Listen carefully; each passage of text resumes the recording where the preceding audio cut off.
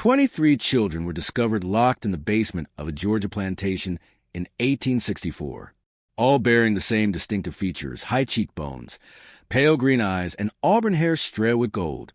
When Union soldiers forced open the iron doors of Thornhill Estate in Burke County, they found these children, huddled together in darkness, some as young as 4, others approaching adolescence. The eldest, a girl of 13, told the officers something that made veteran soldiers physically ill. Mistress says we are her legacy. We cannot leave because we are her blood. Military records from the 34th Massachusetts Infantry mention the incident only once in a letter marked confidential and buried in regimental archives for over a century. Local histories of Burke County omit Thornhill Estate entirely, as if the plantation and its mistress never existed. But they did exist, and what Catherine Thornhill created in those 16 years between her husband's death and the arrival of federal troops represents one of the most disturbing chapters in American history.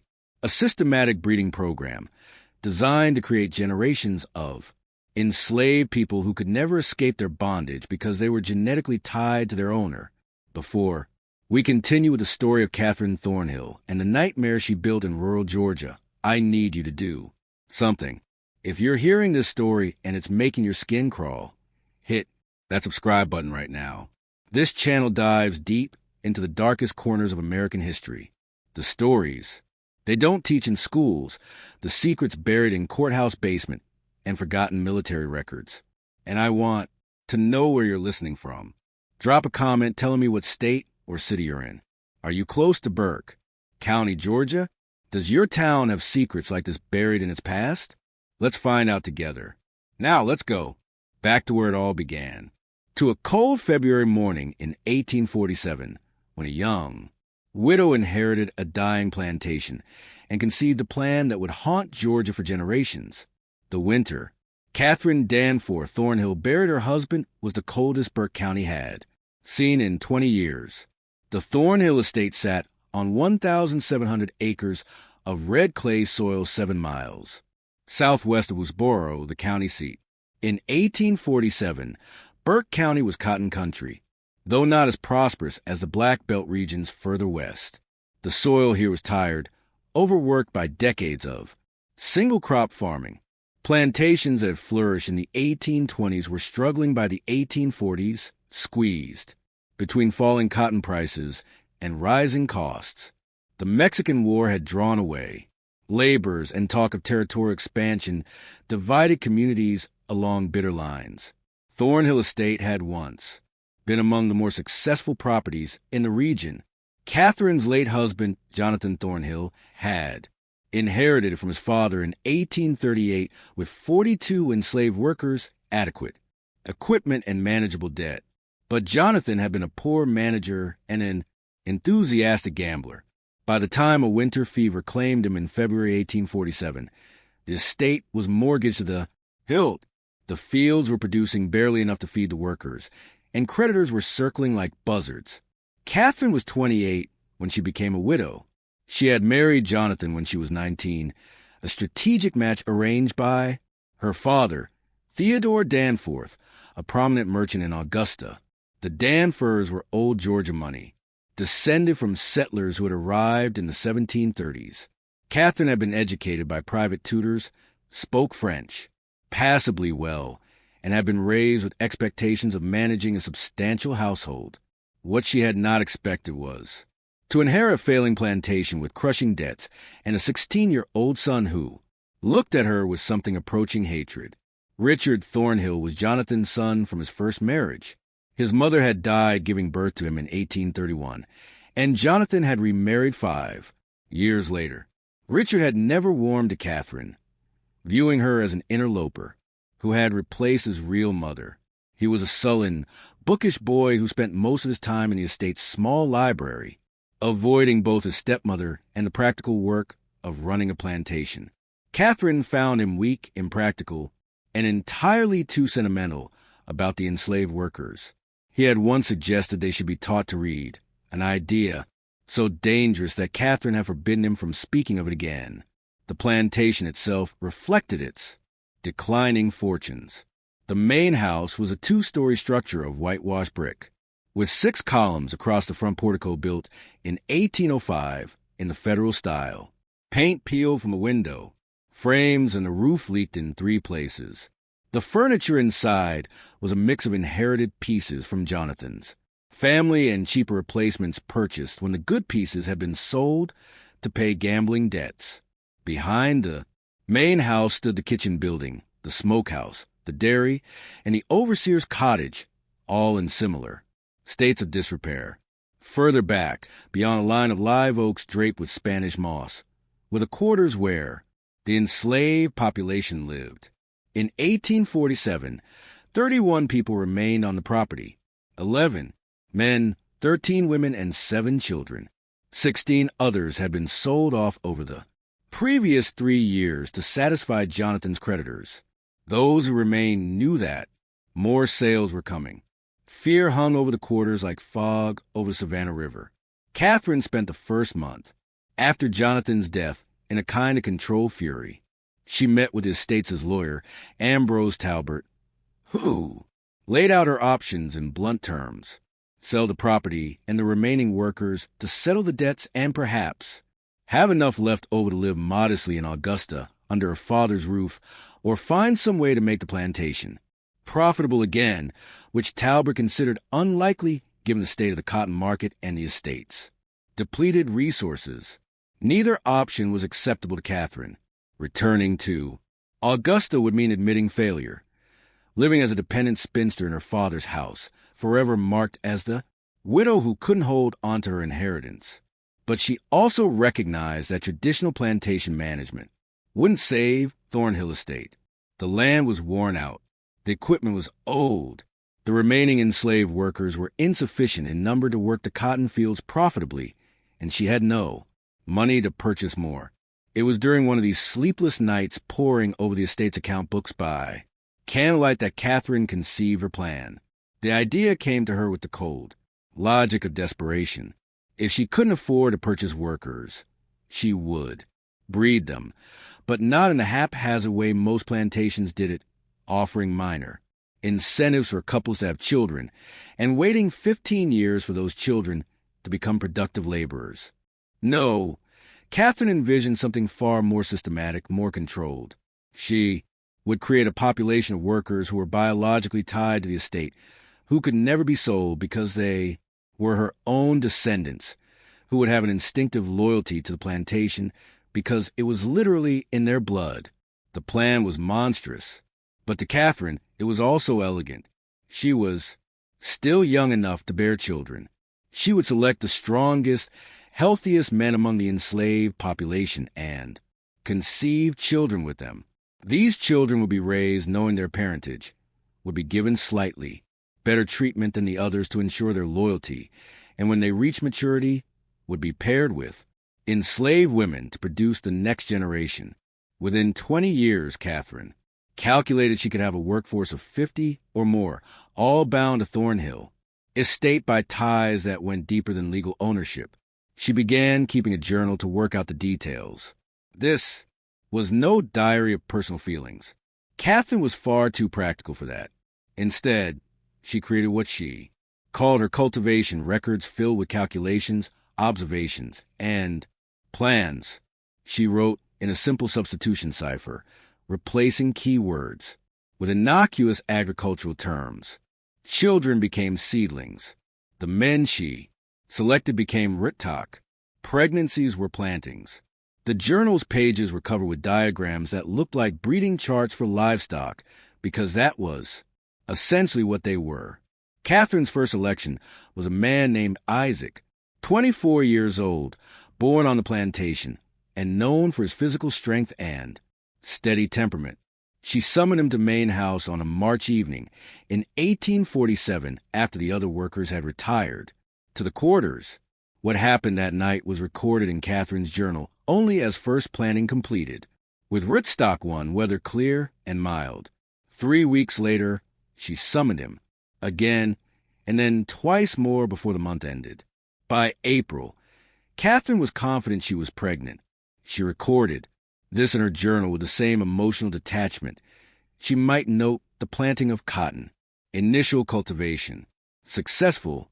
Anticipate harvest in December. Richard Thornhill first.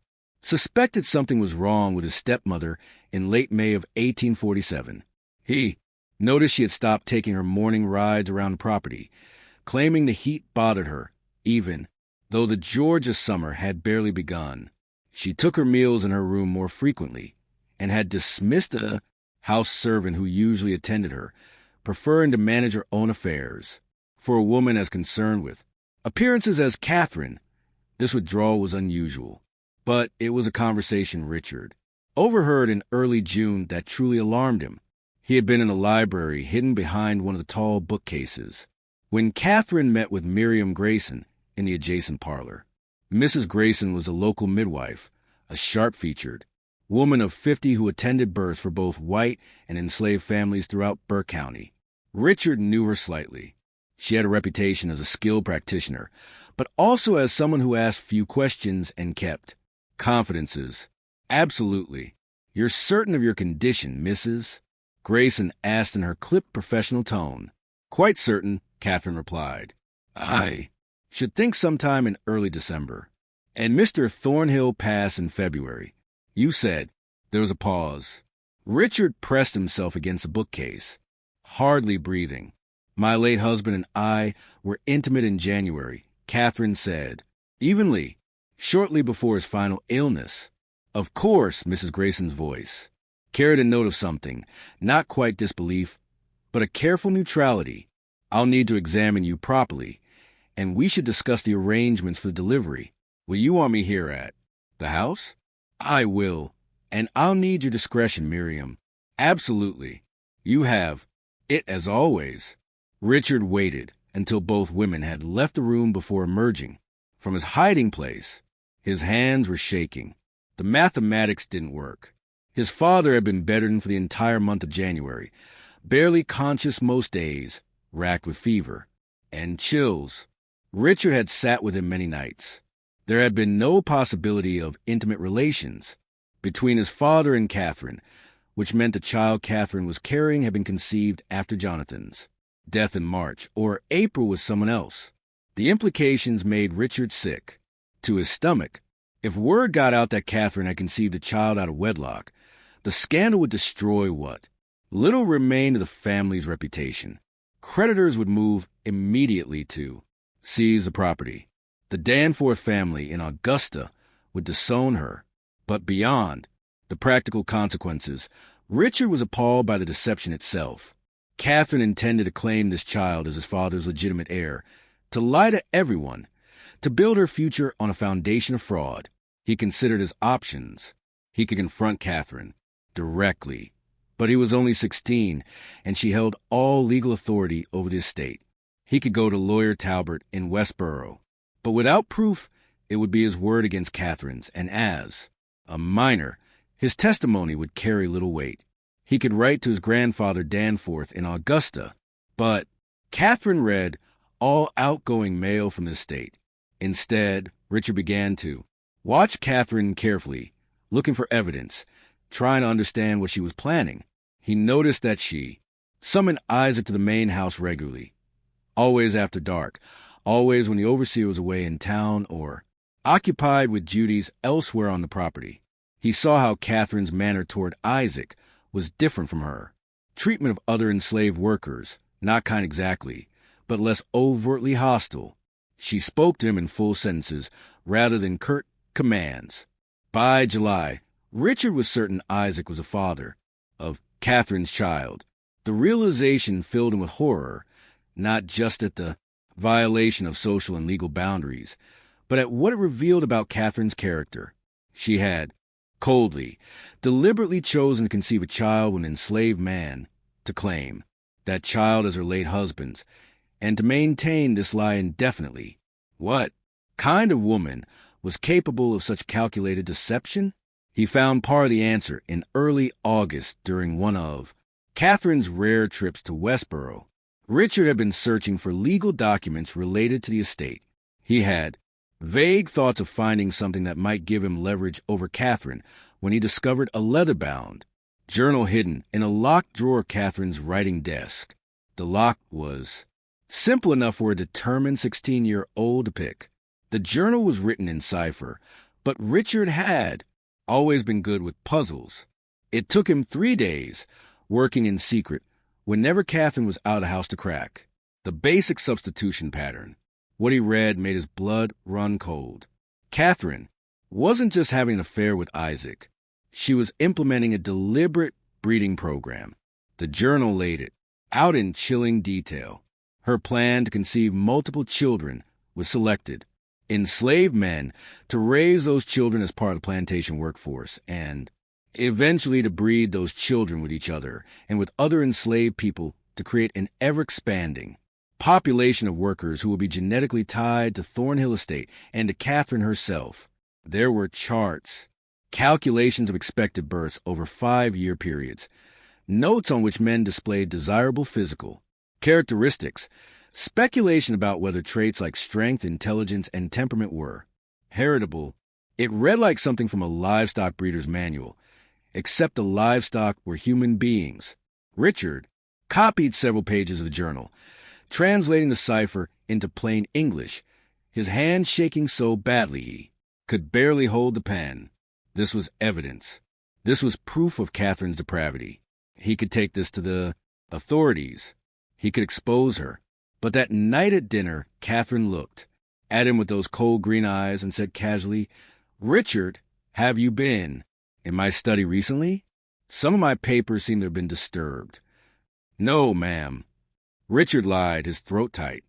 "I keep certain documents locked away for good reason," Catherine continued, cutting her meat with precise strokes. "If I ever found that someone had violated my privacy, broken my trust in such a fundamental way, I'm afraid I would have to take serious action. Do you understand?" "Yes, ma'am." "Good, because family loyalty is everything, Richard. Everything. Without it, we're simply animals tearing at each other." She smiled, but it didn't reach her eyes. "I know you loved your father very much. I would hate for his memory to be tarnished by scandal, especially scandal that might emerge from within his own household." The threat was clear. If Richard tried to expose Catherine, she would find a way to turn it back on him, to paint him as a disturbed, resentful stepson inventing lies about a grieving widow. Who would people believe? A respected plantation mistress from a prominent family, or an awkward teenage boy with known resentment toward his stepmother? Richard returned to his room that night and burned the pages he had copied, but he kept watching Catherine, and he began to feel increasingly unwell. It started with fatigue.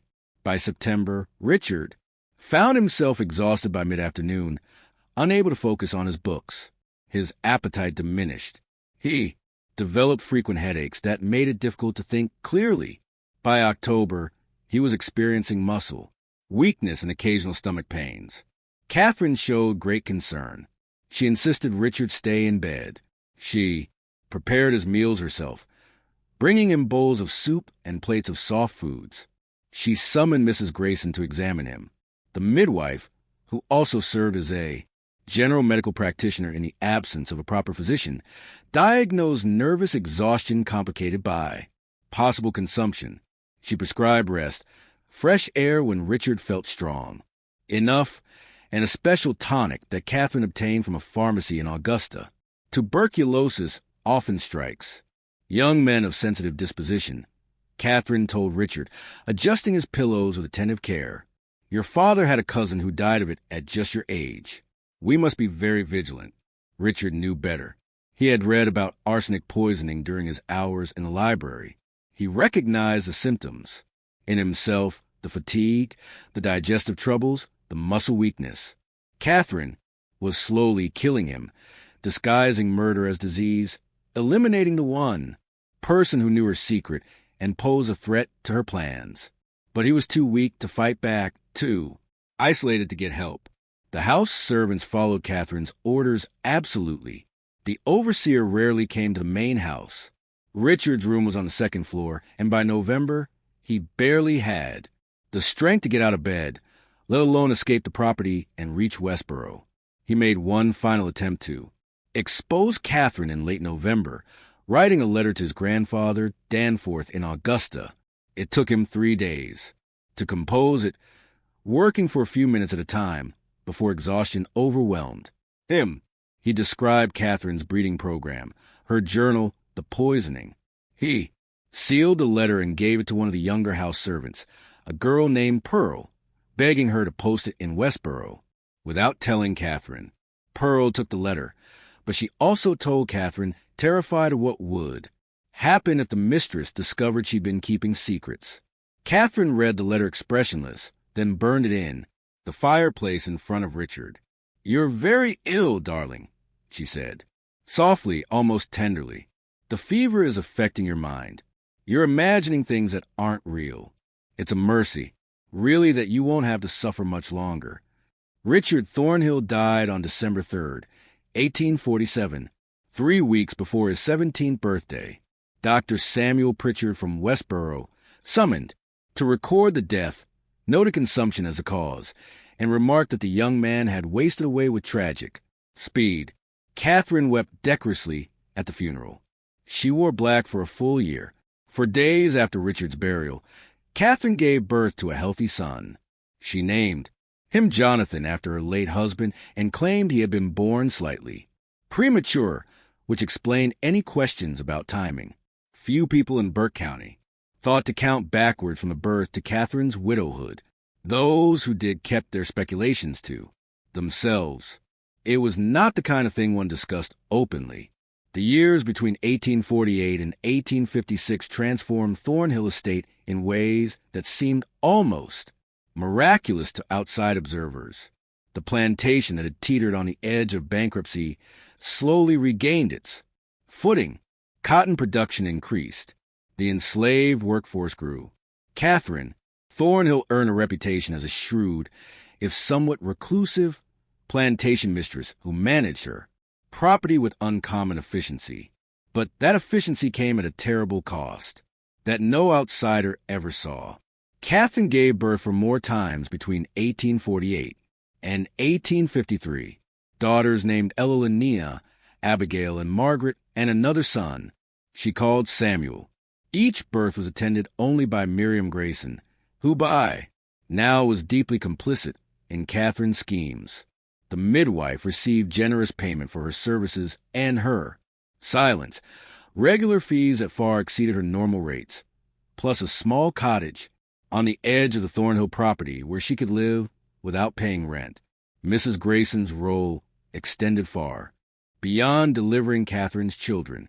She also performed a darker function, ensuring that enslaved women on the property only gave birth to children who fit Catherine's careful plans. When pregnancies occurred outside Catherine's controlled pairings, and they did because human beings will form attachments and intimate relationships, even in the most oppressive circumstances, Mrs. Grayson provided abortifacts, plant-based compounds that induce miscarriages.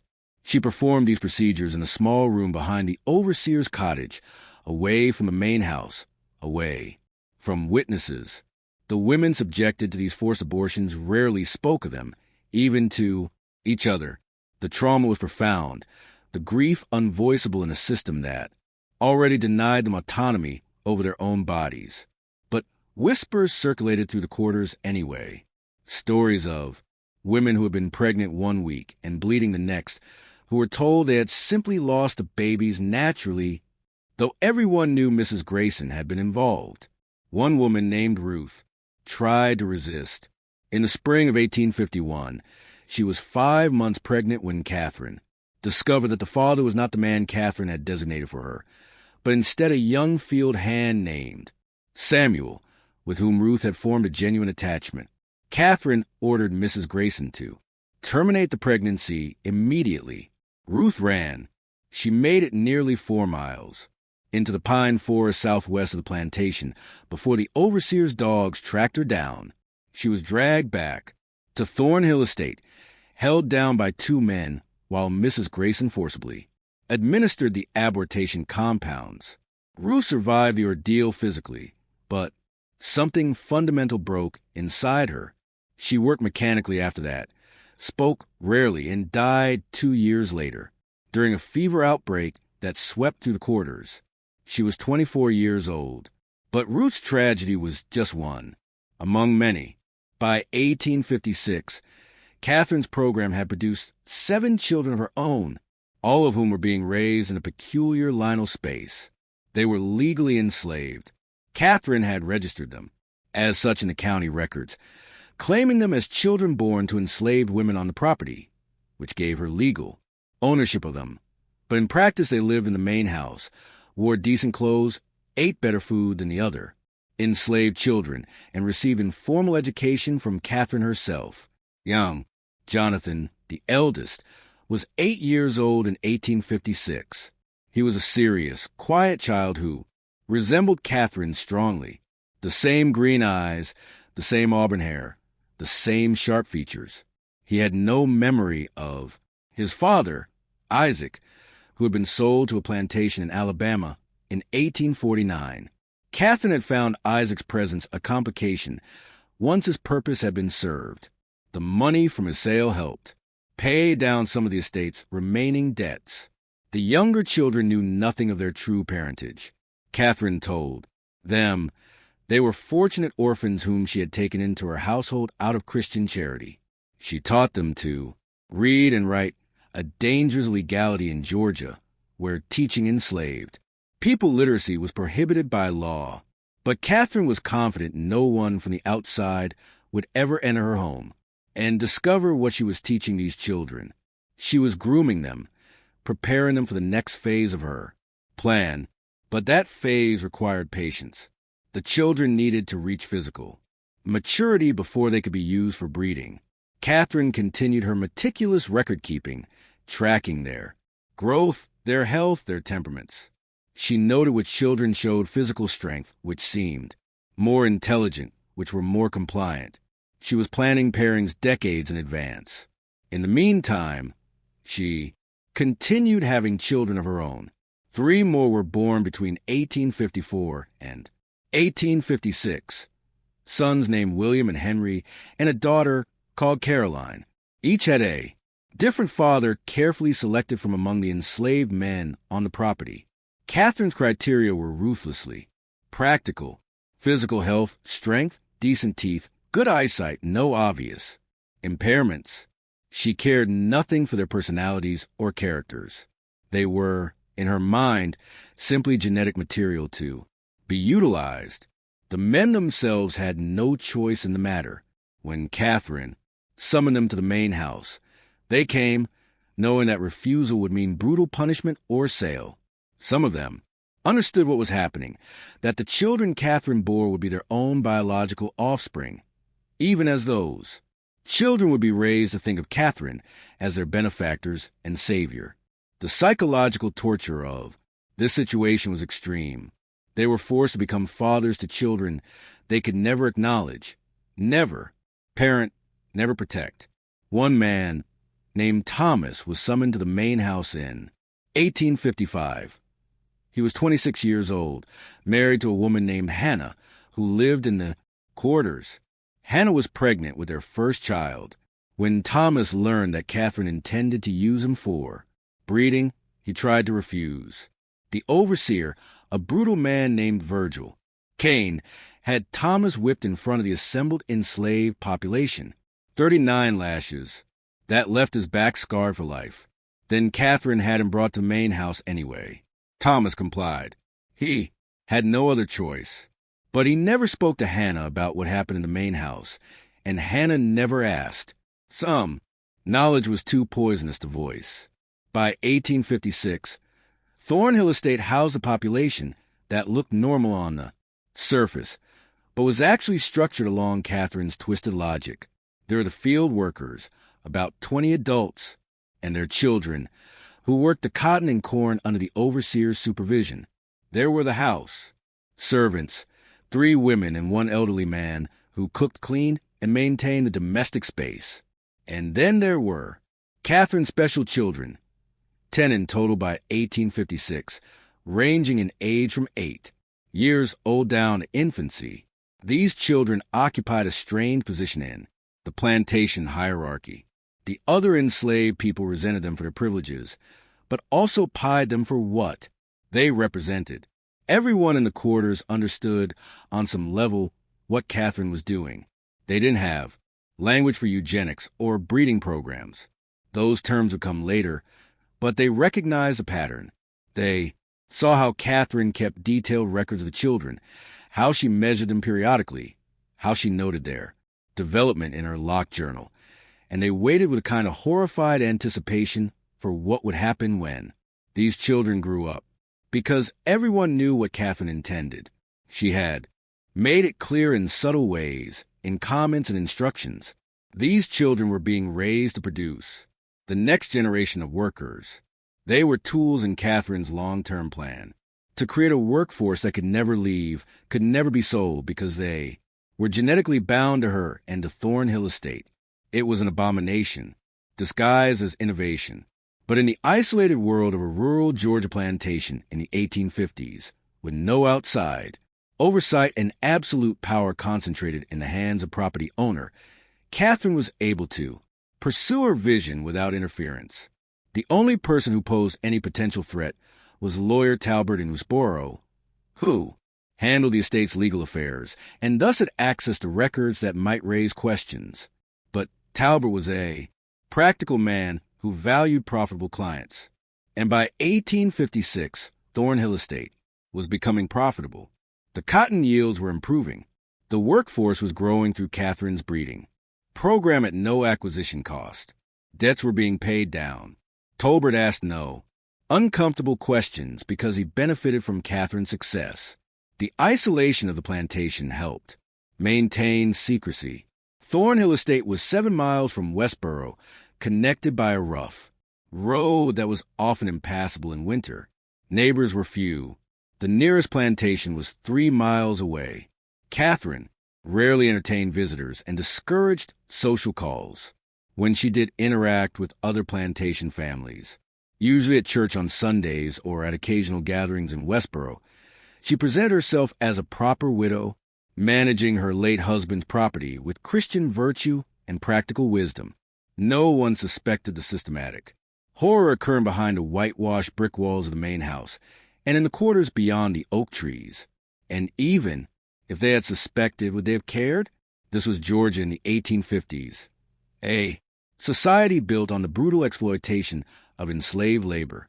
Catherine's program was more systematic, more coldly calculated than most, but it was not fundamentally different in kind from what happened on thousands of other plantations across the South.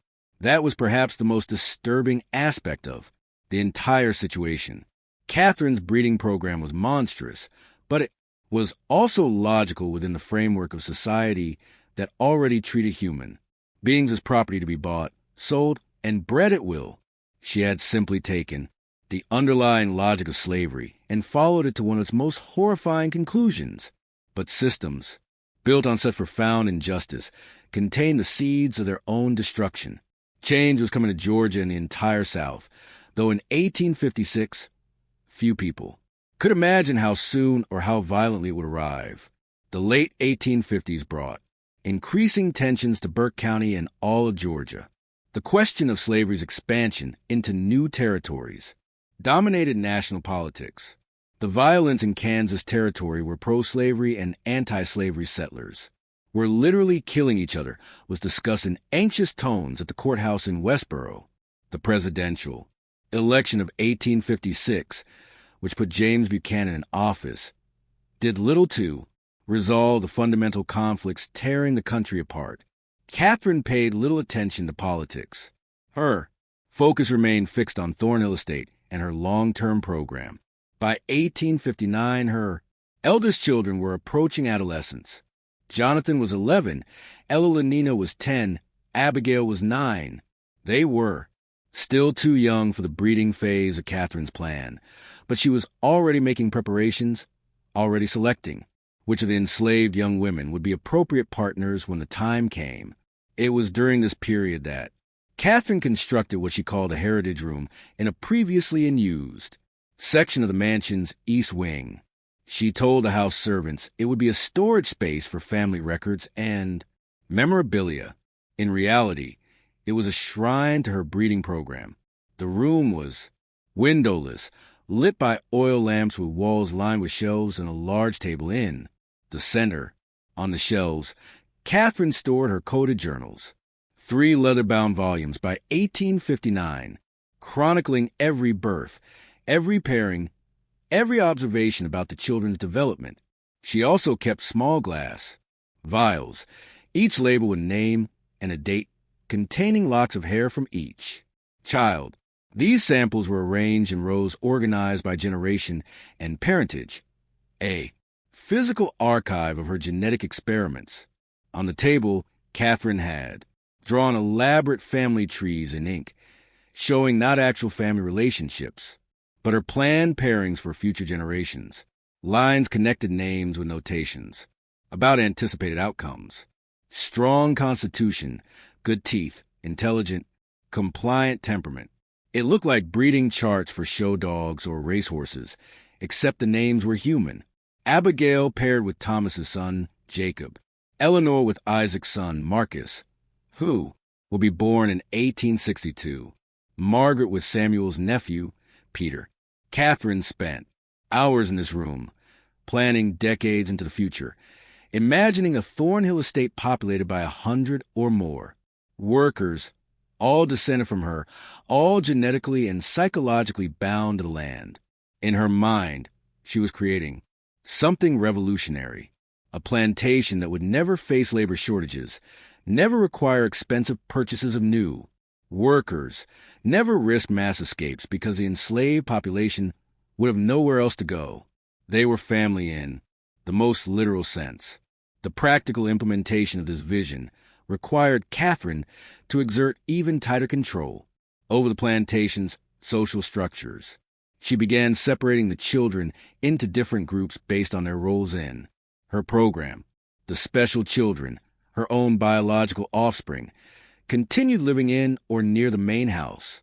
The other enslaved children were kept at a distance, sleeping in the quarters, working in the fields as soon as they were old enough. But Catherine needed these other children, too. They were necessary for the genetic mixing she envisioned. So she implemented a system of subtle manipulation, offering small privileges to families who cooperated with their pairings, threatening separation and sale. To those who resisted, the psychological pressure was immense and constant.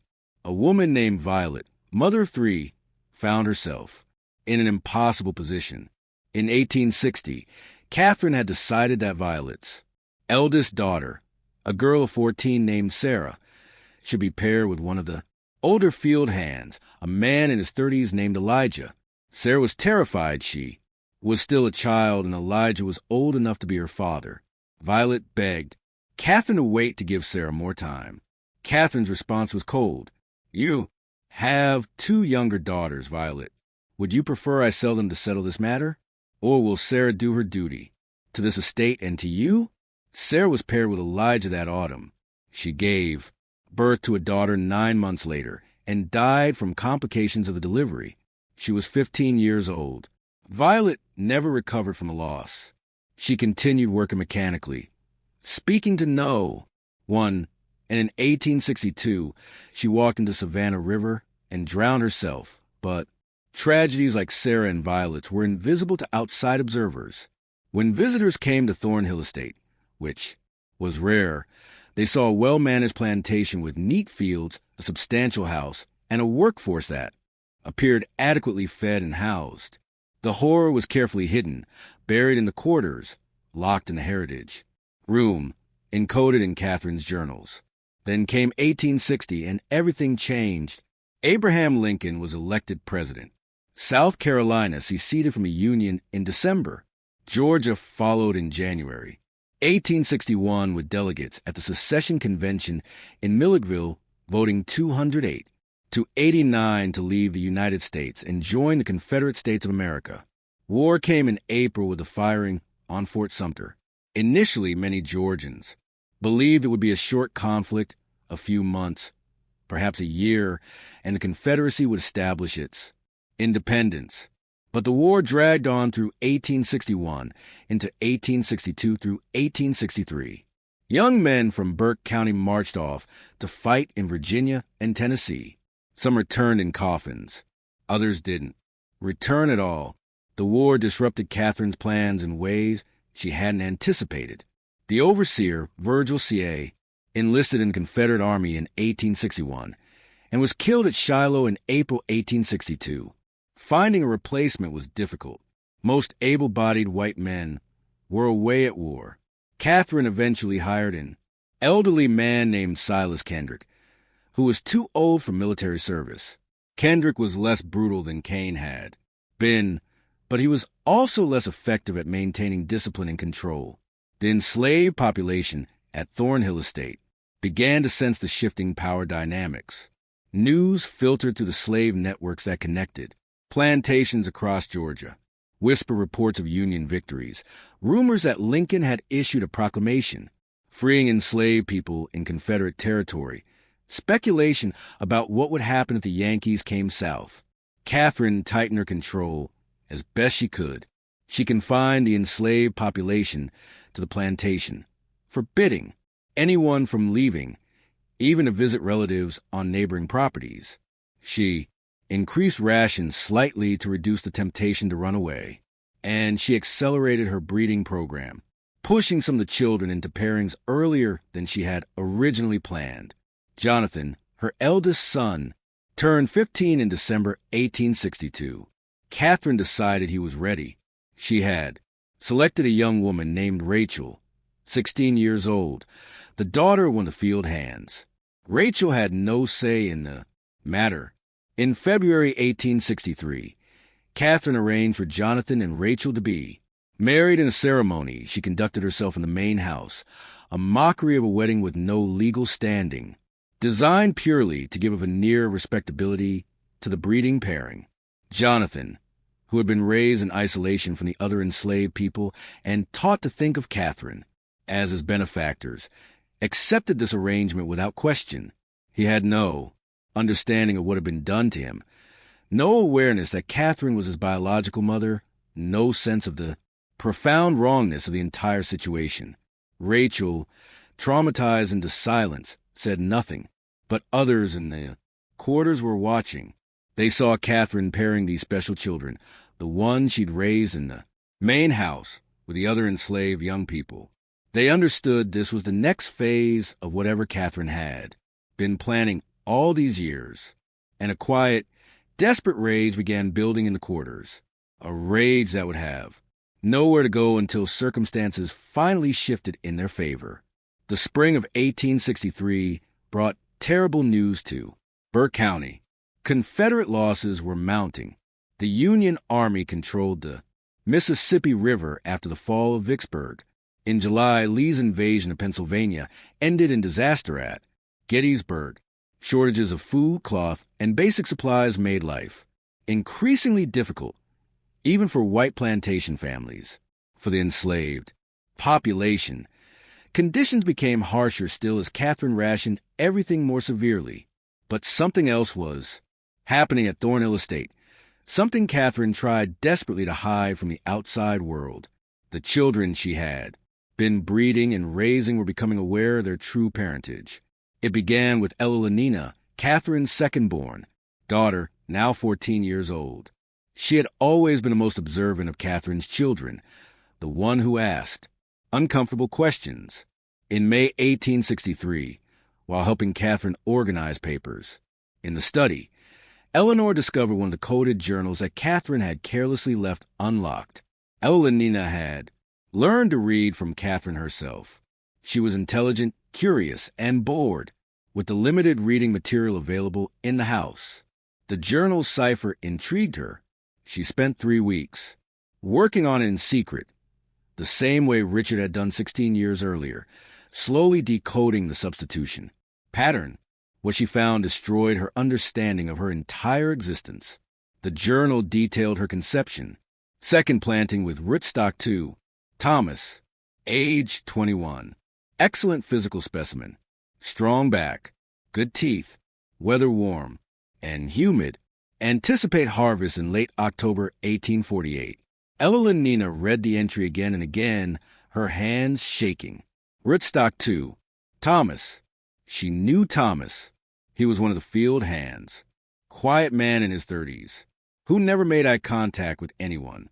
He was her father. Catherine was her mother. She was not an orphan raised out of charity. She was the product of Catherine's deliberate breeding experiment. The implications cascaded through Evelynina's mind. If this was true for her, it was true for Jonathan, for Abigail, for all the children Catherine had brought into the main house. They were Catherine's biological children, conceived with enslaved men, and they had been lied to their entire lives. Worse still, the journal laid out Catherine's plans for their futures. Eleanor read the notations about pairings, about anticipated offspring, about the creation of a self-sustaining workforce. She saw her own name in one of the charts connected by a line to someone called Marcus Isaac's son, to be born 1862. Pairing with Eleanor anticipated 1865. Eleanor felt physically sick. Catherine intended to pair her with a boy who hadn't even been born yet to force her to have children who would be enslaved on this plantation forever, to turn her into another breeding tool in this nightmare system. She confronted Catherine that night, her voice shaking with rage and horror. I read your journal. I know what you are. I know what I am. Catherine's face went still, her eyes cold as winter. You should not have done that, Elena. You're my mother. Thomas is my father, and you've been planning to breed us like animals. Eleanor could barely force the words out. Sit down, Catherine commanded. No, sit down. The threat in Catherine's voice was unmistakable. Evelynina sat, her whole body trembling. Catherine paced the room, her mind clearly working through the problem. Evelynina now represented. Finally, she spoke. You are intelligent enough to understand the position we're in. So, I'll speak plainly. Yes, I am your biological mother. Yes, I have been implementing a systematic program to create a self-sustaining workforce for this estate. And yes, you and the others will participate in that program when you come of age. I won't, Evelynina said, but her voice lacked conviction. You will, because the alternative is far worse. Catherine leaned forward, her face inches from Evelynina's. Right now, you live in this house. You eat good food. You wear decent clothes. You can read and write. What do you think happens if you refuse to cooperate? I sell you. I sell you to a plantation in Alabama or Mississippi where they work. Field hands to death in 5 years. Where women are brutalized as a matter of course. Where literacy earns you a whipping or worse. Is that what you want? Eleanor said nothing, tears streaming down her face. I thought not. Catherine straightened. You will not speak of this to your brothers or sisters. You will not speak of it to anyone in the quarters. You will continue your life exactly as before. And when the time comes for you to fulfill your role in this family's future, you will do so. Do you understand? Yes, Evelynina whispered. But Catherine had made a critical error. She had revealed the truth without adequately controlling the information. Evelynina did speak to others, not immediately, but gradually, carefully. She told Jonathan first, showing him the journal entries she had memorized. Jonathan's reaction was different from Evelynina's. He had been so thoroughly conditioned by Catherine, so completely isolated from any alternative framework for understanding the world, that he struggled to see what was wrong with Catherine's plan. She gave us a better life, Jonathan said, confused by Eleanor's anger. We could have been working in the fields. Instead, we're here. We're property, Jonathan. We're slaves. Our own mother enslaved us. She's protecting us. She's keeping us together. If we were sold, we'd be separated, sent to different places. This way, we stay together. We stay at Thornhill. Evelynina realized with horror that Jonathan had been too successfully indoctrinated. He couldn't see the cage Catherine had built around all of them. But Abigail, 13 years old, and sharp as glass, understood immediately when Evelynina told her, and Margaret at 12 understood, too. The younger children were still too young to fully grasp it. But the older ones, they knew now. They knew what they were and what Catherine intended for them. The knowledge changed the atmosphere in the main house. Catherine felt it, that shift in the air, the way her children looked at her now. There was fear, yes, but also something else. Calculation, waiting. They were biding their time, and Catherine knew it. She considered her options. She could sell the older children, eliminate the problem, but that would waste years of investment and planning. She could punish them severely enough to break their spirits, but physical brutality might damage them in ways that would interfere with the breeding program. She needed them healthy, capable of bearing children. So, Catherine chose a different approach. She would demonstrate the consequences of disobedience through someone else. In August 1863, a young woman named Grace tried to run away from Thornhill Estate. She was 17, pregnant, and desperate. She had been paired with one of the field hands against her will, and she couldn't bear the thought of bringing a child into the system.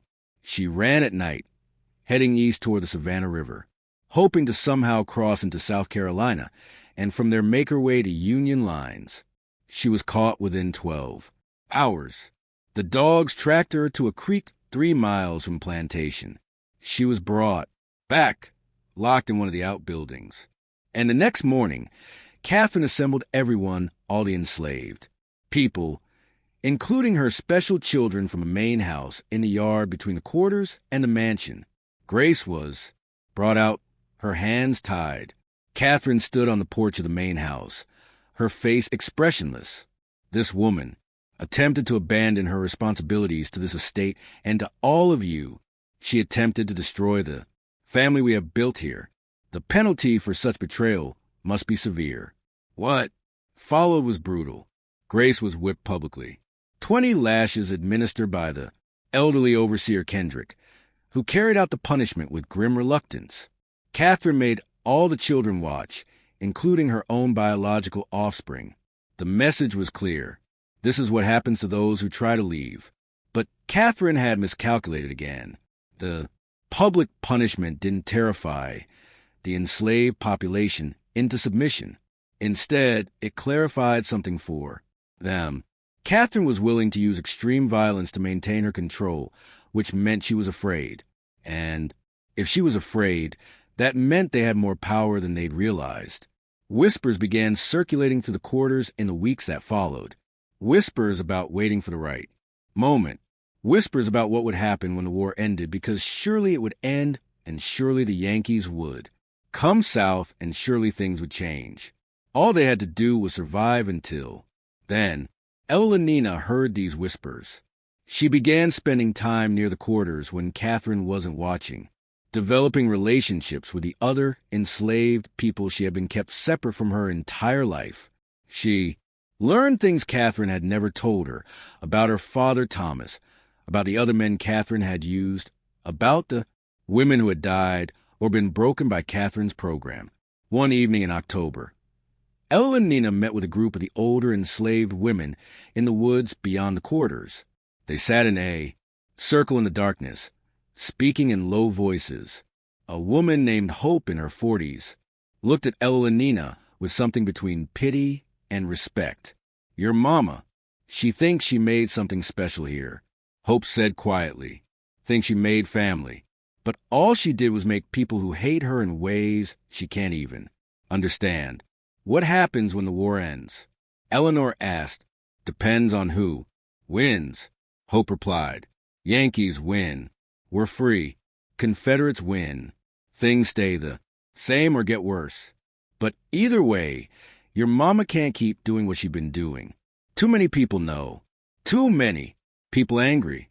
Something gotta break. What if we made it break?" Ella Laner asked. The women looked at her in surprise. Hope leaned forward. "What you saying, child? What if we didn't wait for the war to end? What if we ended this ourselves?" The idea hung in the air, dangerous and intoxicating. One of the younger women, Anna, spoke up. "You talking about running, taking everyone and running or fighting?" Eleanor said, There's only Mrs. Catherine and old Mr. Kendrick. There are 40 of us and 20 of them are children. Hope said practically. And where are we going to? Go? Confederates catch runaways. They kill us or sell us further south. And you? You think they're going to see you as one of us or one of them? The question stung because Ella Laner didn't know the answer. She was Catherine's daughter. She had grown up in the main house. She could read and write. Her skin was lighter than most of the people in the quarters. Would they even accept her if things came to violence? Before Ella and Nina could respond, they heard footsteps crashing through the underbrush. Everyone scattered, melting, into the darkness. Ella and Nina ran back toward the main house, her heart pounding, wondering if someone had heard their conversation, if Catherine would find out if everything was about to collapse. But no punishment came. The next day passed normally, and the day after that. It seemed they had escaped detection, but the seed had been planted. The idea that they didn't have to passively wait for external forces to free them. They could act themselves. That idea began spreading through the quarters like a fever. Catherine sensed a change but couldn't identify its source. She increased her surveillance, had Kendra patrol the quarters at night, restricted movement even further. The tension at Thornhill Estate grew thicker with each passing week. It was like watching a storm build on the horizon. Dark clouds, massing, electricity charging the air, everyone waiting for the lightning to strike. The break came in March of 1864, but not in the way anyone expected. A unit of Confederate cavalry came through Burke County, requisitioning supplies. From plantations, food, horses' cloth, anything useful for the war effort.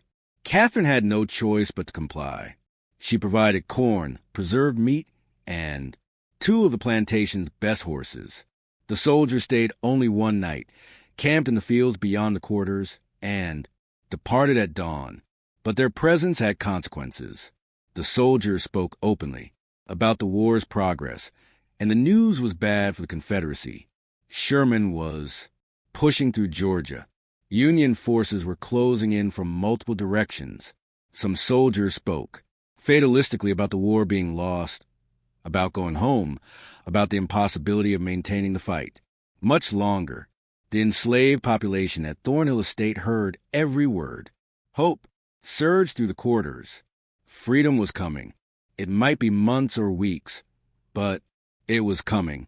All they had to do was hold on a little longer. Except Catherine, sensing this hope and terrified by what it meant for her long-term plans, decided to act decisively. If the Confederacy fell, if the enslaved population was freed, everything she had built would collapse. Her special children would leave. Her breeding program would end. 16 years of work would be for nothing. She couldn't allow that to happen. On the night of March 17th, 1864, Catherine gathered her biological children in the main house. Jonathan, Ella and Nina, Abigail, Margaret, Samuel, William, Henry, Caroline, and the 3 youngest who were still infants. 11 children in total, ranging from 16 years old down to 6 months. Things are going to change very soon, Catherine told them, her voice calm, but her eyes intense. The war may end badly for us. The Yankees may come. There may be attempt to take you away from me, to destroy our family. I cannot allow that to happen. Ella and Nina felt ice slide down her spine. What are you planning? We're going to secure our future. Catherine said, tonight. She led them to the Heritage Room in the East Wing, the room none of them except Jonathan had ever been allowed to enter. Catherine lit the oil lamps illuminating the shelves of journals, the vials of hair samples, the elaborate family trees drawn on paper and pinned to the walls. This is our legacy, Catherine said. This is what we built together, and no one is going to take it from us. From a locked cabinet, Catherine withdrew a small wooden box. Inside were several glass bottles containing clear liquid. This is a medicine called laudanum, she explained. In small doses, it provides relief from pain. In larger doses, it provides eternal peace. Abigail gasped.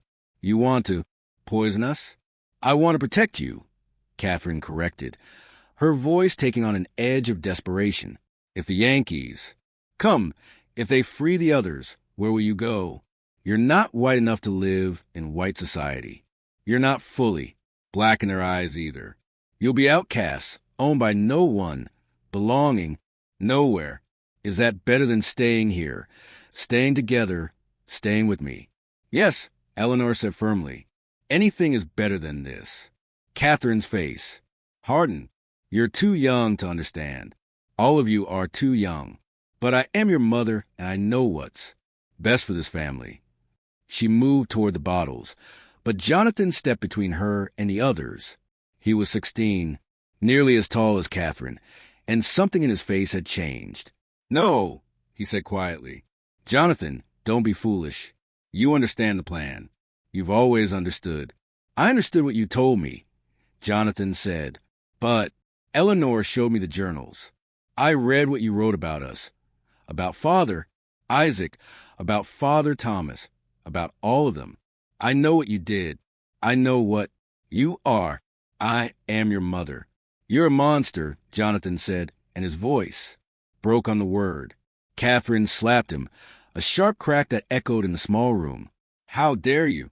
After everything I've given you, after everything I've sacrificed, you sacrificed nothing, Evelina said, stepping forward to stand beside Jonathan. You used people. You destroyed them. You destroyed us. Catherine looked at her children, seeing them clearly, perhaps for the first time. They were united against her. Even the younger ones who didn't fully understand what was happening since the confrontation and stood with their older siblings. She had lost them. In that moment, Catherine made a final desperate decision. If she couldn't keep her children, if they were going to reject her and leave her and destroy everything she had built, then she would at least preserve the record of what she had accomplished. Future generations would know what Catherine Thornhill had created, even if the creation itself had failed. She grabbed the journals, the charts, the vials of hair samples, clutching them to her chest. You think you can escape me? You think you can? Pretend none of this happened? These records will survive. They'll prove what I built here. They'll prove I was right. She pushed past her children and ran from the room, carrying the physical evidence of her crimes. Jonathan and Eleanor chased after her, but Catherine was faster, driven by manic energy. She ran through the main house, out the front door, across the yard toward the quarters. What happened next depended on who you asked. Multiple testimonies would later conflict, each person remembering the events slightly differently, shaped by their own trauma and perspective. What is certain is that Catherine reached the quarters carrying her journals and specimens. What is certain is that the enslaved population, roused by the commotion, emerged from their cabins to see the mistress who had tormented them for 16 years running toward them in the darkness, clutching the evidence of her atrocities. What is certain is that someone, maybe Hope, maybe one of the men, maybe several people at once, decided that this was the moment. This was when it ended. Catherine Thornhill disappeared that night. Her journals were found scattered in the mud outside the quarters, pages torn and muddy, the vials of hair. Samples were smashed, the charts were burned, and Catherine herself was simply gone. Jonathan and Eleanor reaching the quarters minutes after their mother found chaos. People shouting, running in different directions, the acrid smell of smoke where someone had lit a fire to burn Catherine's papers. But no, Catherine, where is she? Jonathan demanded. Hope looked at him with an expression he couldn't read. Gone? That's all you need to know. She's gone, and she ain't coming back. What did you do to her? What she had coming? Hope said simply, now you got a choice, boy. You can raise hell about your mama, or you can understand that justice got done here tonight and let it rest. Jonathan looked at Eleanor. His sister's face was pale, her eyes wide, but she nodded slowly. Let it rest, she whispered. The next morning, Catherine Thornhill was reported missing. Old Mr. Kendrick, the overseer, searched the property, but found nothing. He reported the disappearance to the sheriff in Woodsboro, who came out to investigate, but ultimately concluded that Mrs. Thornhill had likely fled the area in fear of advancing Union forces. A reasonable assumption, given the deteriorating military situation. No one from the quarters spoke of what had happened. Jonathan and Eleanor and the other children said nothing. The official record simply states that Catherine Thornhill disappeared on the night of March 17th, 1864, and was never seen again. But everyone at Thornhill Estate knew the truth, even if they never spoke it aloud. Catherine had been killed that night. Her body had been disposed of somewhere on the plantation 1,700 acres, and her children, her biological offspring, her breeding experiments, her legacy, had chosen to let her murderers go, unpunished because they understood that their mother had earned her fate. The war ended 14 months later. General Sherman's army swept through Georgia in late 1864, though they passed 30 miles north of Burke County, and never came directly to Thornhill Estate. The Confederacy collapsed in April 1865. Freedom came to the enslaved population of Georgia through a combination of military occupation, the 13th Amendment, and the simple fact that the system of bondage could no longer be maintained. At Thornhill Estate, the transition was complicated. Jonathan, as Catherine's eldest child, had some legal claim to the property, but his status was ambiguous. Legally enslaved under Georgia law, but also Catherine's biological heir. Lawyer Talbot in Woodsboro tried to sort out the mess, but eventually gave up. The property fell into a kind of legal limbo. Most of the formerly enslaved population left Thornhill Estate within weeks of emancipation. They scattered across Georgia and beyond, seeking family members who had been sold away years before, looking for opportunities in cities, or simply putting as much distance as possible between themselves and the site of their suffering. Some stayed, at least initially. Hope remained, helping to organize those who had nowhere else to go. Thomas stayed, Eleanor's biological father, who finally, after 16 years, was able to acknowledge his daughter openly. They had one conversation about Catherine, about what had been done to him and Eleanor, and then they never spoke of it again. The pain was too deep, too tangled with the fundamental wrongness of the entire situation. Elenina herself stayed at Thornhill Estate until 1867. She learned in those years after the war how to exist as a free person, though the psychological damage of her childhood never fully healed. She eventually moved to Savannah, where she worked as a seamstress, and married a carpenter named William Foster. She never had children. She never spoke publicly about her mother or her childhood. When she died in 1903, her obituary made no mention of Thornhill Estate or Burke County. Jonathan stayed at the plantation longer, trying to work the land with a small group of freed men who remained. But the cotton market was depressed, the soil was exhausted, and the property's reputation had begun to spread through the black community in Burke County. By 1869, Jonathan gave up and abandoned the estate. He drifted west, eventually settling in Texas under an assumed name.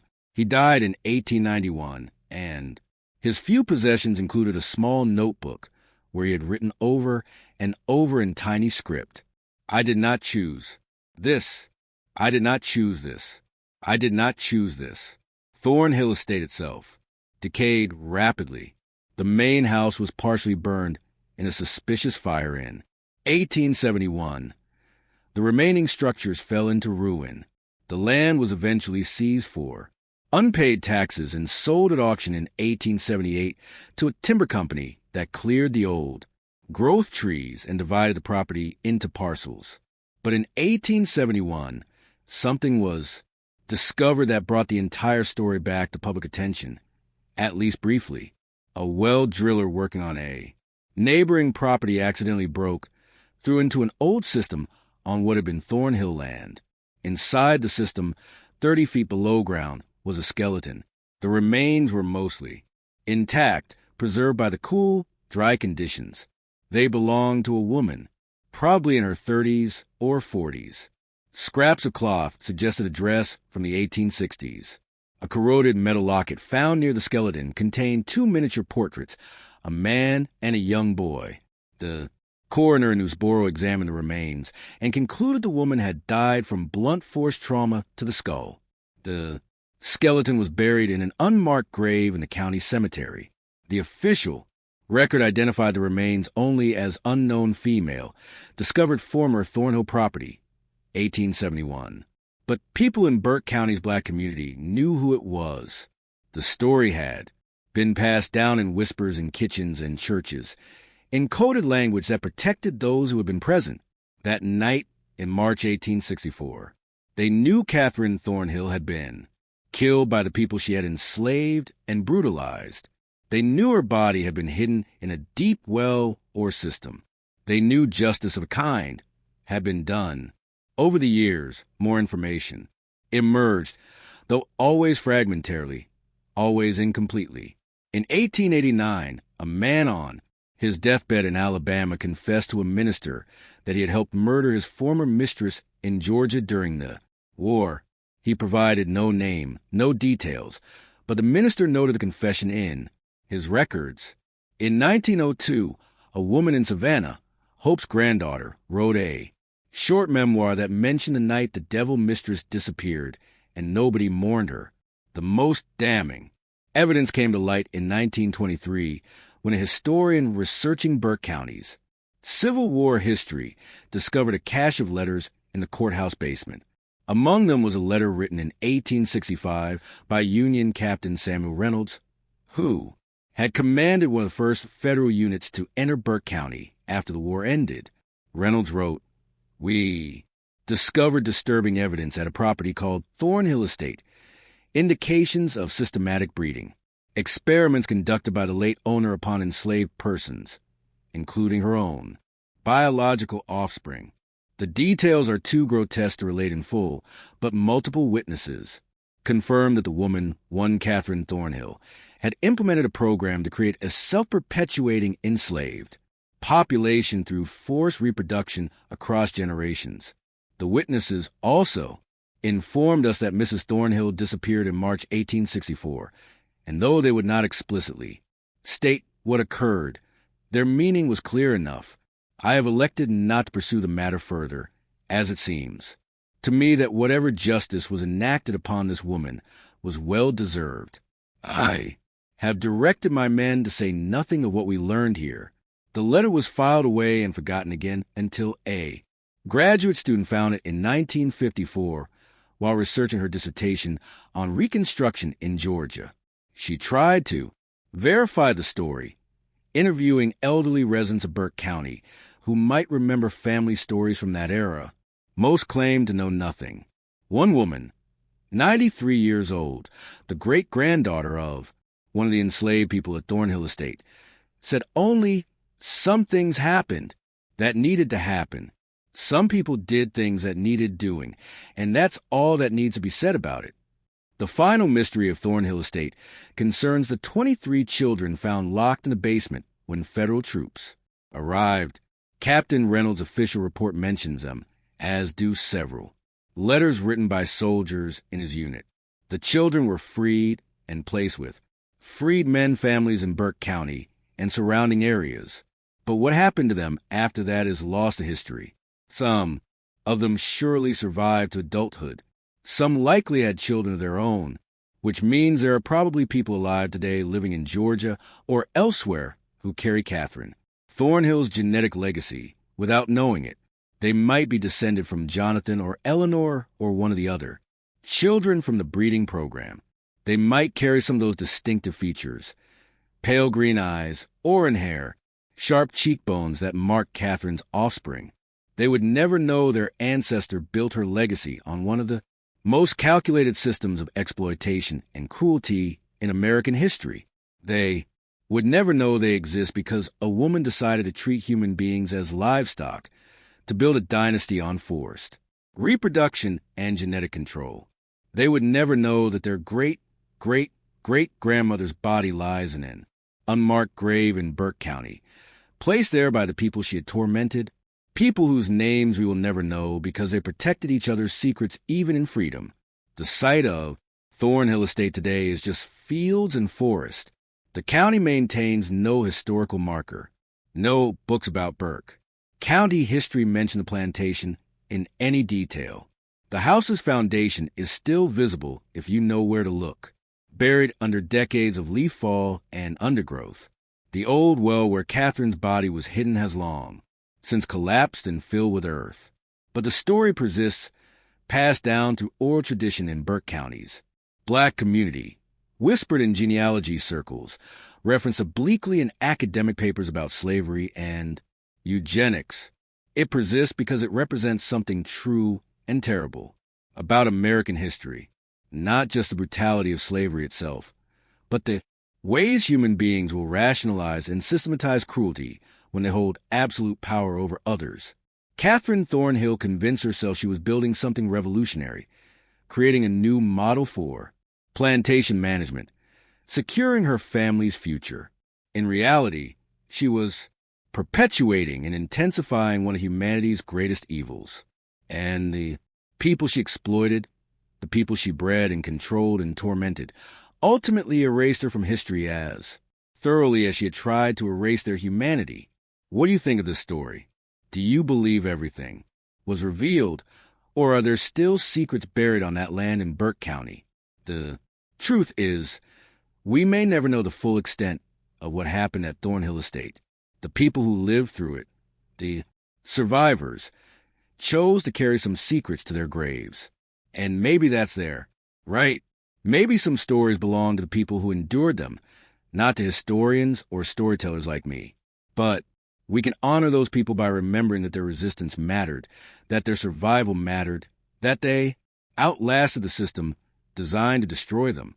If this story moved you, if it made you think about the hidden histories in your own community, let me know in the comments below. Share this video with someone who appreciates deep dives into America's darkest chapters. Subscribe to this channel for more stories that challenge what you think you know about history. And remember, the past is never as far behind us as we'd like to believe. See you in the next video.